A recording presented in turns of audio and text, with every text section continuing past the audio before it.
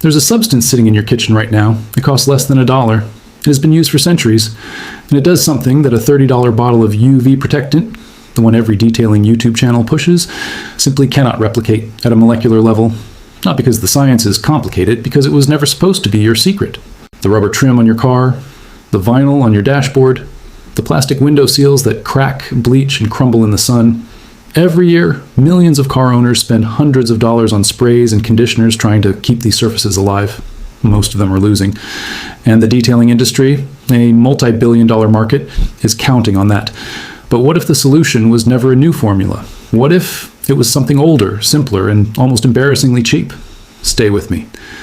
Because what you're about to hear changes the way you look at a bottle of 303 Aerospace forever. Here is what no one in the detailing world will tell you openly. The most effective conditioner for rubber, vinyl, and plastic trim is not petroleum-based. It is not silicone-based.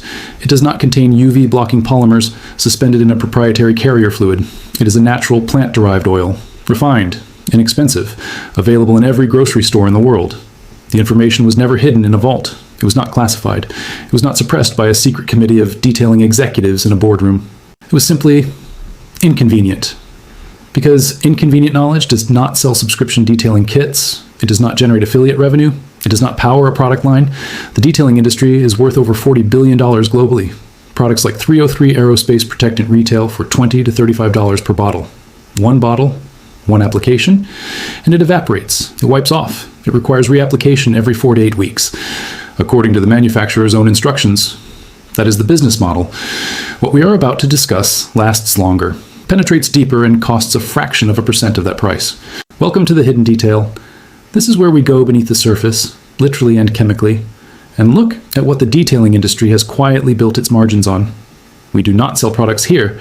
We do not have affiliate links to the things we discuss. What we have is science, history, and a healthy frustration with the markup culture of the modern car care world. What you are about to learn has been known, in pieces, for over a century. Today, we are assembling those pieces in one place. You know this story. You buy a used car, or you simply own a car long enough, and the black plastic trim starts to turn gray. The rubber gaskets around the windows begin to look chalky. The vinyl on the dashboard develops a dry, dusty texture. Then, almost invisibly, hairline cracks begin forming along the surface. You buy 303 Aerospace, or Magyar's Ultimate Black, or Mother's Back to Black. You apply it. The surface looks dark and glossy for a few days, then it fades again.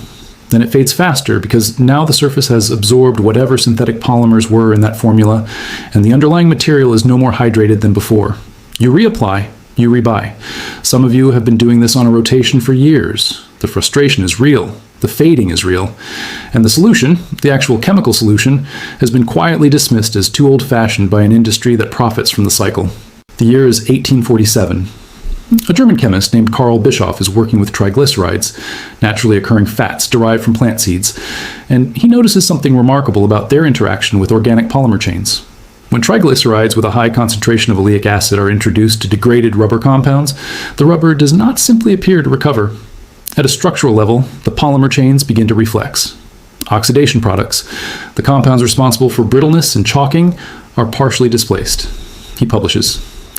The findings sit in German chemistry journals for decades. Meanwhile, in the 1920s, the burgeoning American automobile industry is dealing with exactly this problem at scale. Early rubber seals on cars degrade rapidly. Mechanics in garages across the Midwest develop informal practices. Some use petroleum jelly, some use lard, some use rendered animal fats.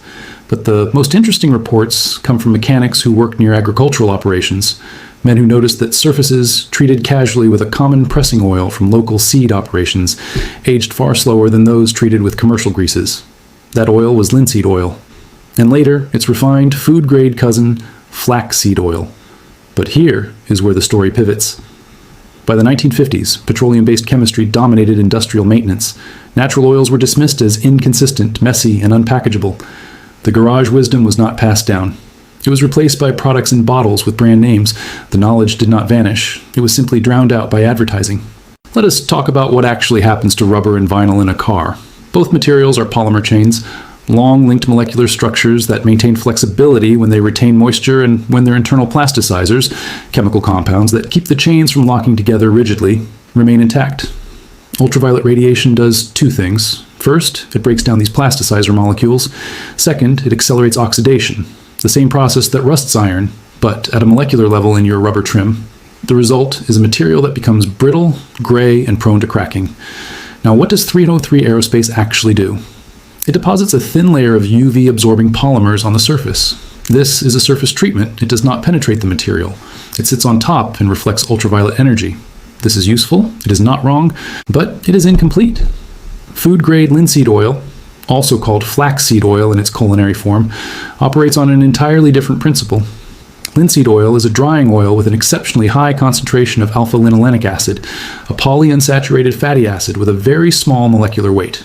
Because its molecules are small, they do not simply coat the surface of rubber and vinyl. They penetrate it. They migrate into the polymer matrix, where they interact with oxidation sites, slow chain degradation, and functionally replasticize the material. This is not a cosmetic effect. Under controlled conditions, a surface treated with refined linseed oil continues to benefit from that treatment for weeks after the oil has been absorbed, because the oil is now inside the material, not evaporating off the surface. It also polymerizes. That is the chemical term for cures. Linseed oil, when exposed to oxygen, slowly cross-links into a flexible water-resistant film, not on top of the surface, within it. This is not fringe science. The penetration behavior of drying oils into polymer substrates has been documented across multiple disciplines: conservation science, industrial materials preservation, and polymer chemistry. A 2009 study, published in the Journal of Cultural Heritage, documented the use of linseed oil derivatives in preserving historic rubber artifacts, noting measurable recovery of surface flexibility after treatment, something silicone and petroleum-based products did not achieve. The Smithsonian Institution's Museum Conservation Institute has published guidance on natural oil treatments for historic rubber objects, specifically distinguishing between surface coating agents and penetrating treatments. Separately, materials science researchers at the University of Eindhoven conducted trials in the 2010s on the long-term stabilization of oxidized natural rubber using triglyceride-based oils, finding that penetrating oil treatment extended material life by a factor of 2 to 4 times compared to untreated controls, and outperformed surface-only coating compounds across the test period. The science exists. It is peer-reviewed. It is in the libraries. No one put it in a detailing video because no one profits from it. The global automotive detailing products market was valued at approximately $42 billion in 2023. Products in the trim care and protectant category represent a significant share of that market. 303 Aerospace protectant retails between $25 and $35 for a 16-ounce bottle. According to usage guidelines, one application covers a single vehicle, and reapplication is recommended every 4 to 8 weeks. A car owner who follows those guidelines spends between $150 and $300 per year on trim protectant alone. A bottle of food-grade linseed oil, the same volume, from any health food store or online retailer, costs between $2 and $4. One bottle lasts a full year on multiple vehicles with moderate use. The difference between these two products, in annual household cost, is approximately $250.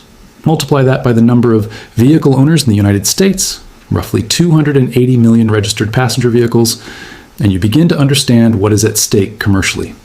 The detailing industry does not produce worse products out of malice. It produces them within a business model that requires ongoing purchase cycles. A treatment that lasts 6 months and costs $1 does not sustain that model. That is not conspiracy, that is ordinary market economics. What is extraordinary is how completely that model is buried in older, better understood solution. Here is how to use food-grade linseed oil, specifically boiled linseed oil for automotive use, or raw food-grade flaxseed oil as a rubber and vinyl treatment. You will need 1 bottle of food-grade linseed oil or boiled linseed oil from a hardware store, approximately $2 to $4, along with a clean microfiber cloth and a second dry microfiber cloth. Start by cleaning the surface thoroughly. Remove all dust, dirt, and old protectant residue with a mild all-purpose cleaner.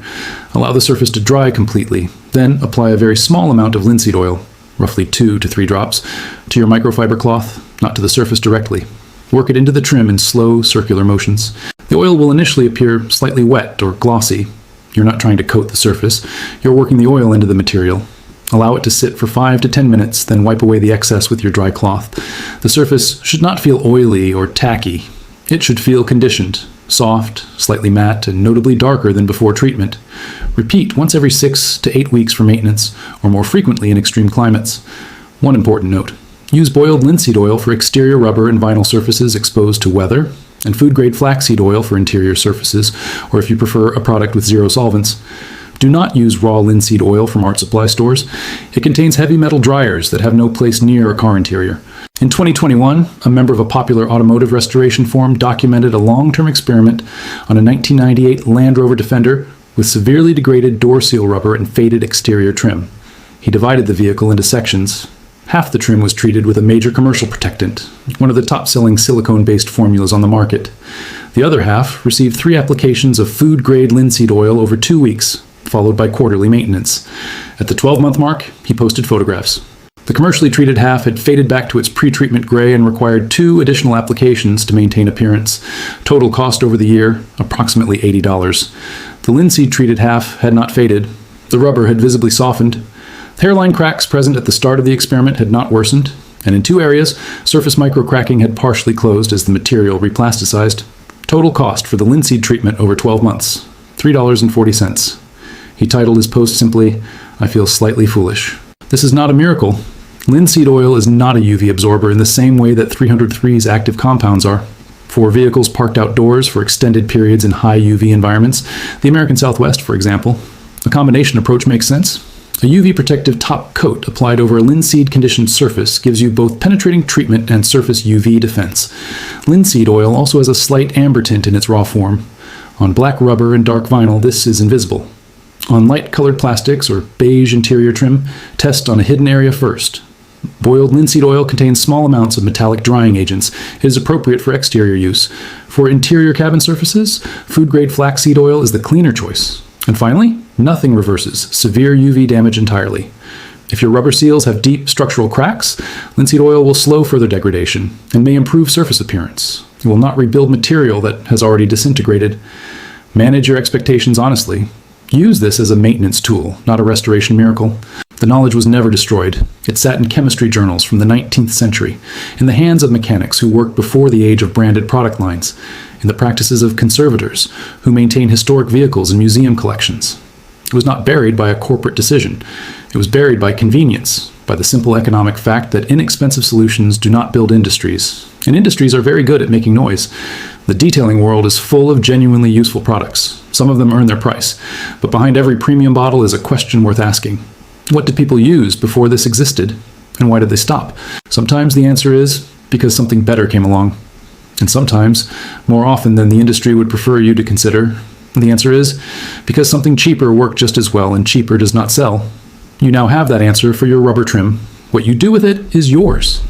If this changes how you look at your detailing shelf, share this with someone who has been buying $30 bottles on a quarterly rotation. And if you want more of the knowledge that the product world prefers to keep quiet, you know where to find us. This has been The Hidden Detail. Stay curious, stay skeptical, and keep the trim black.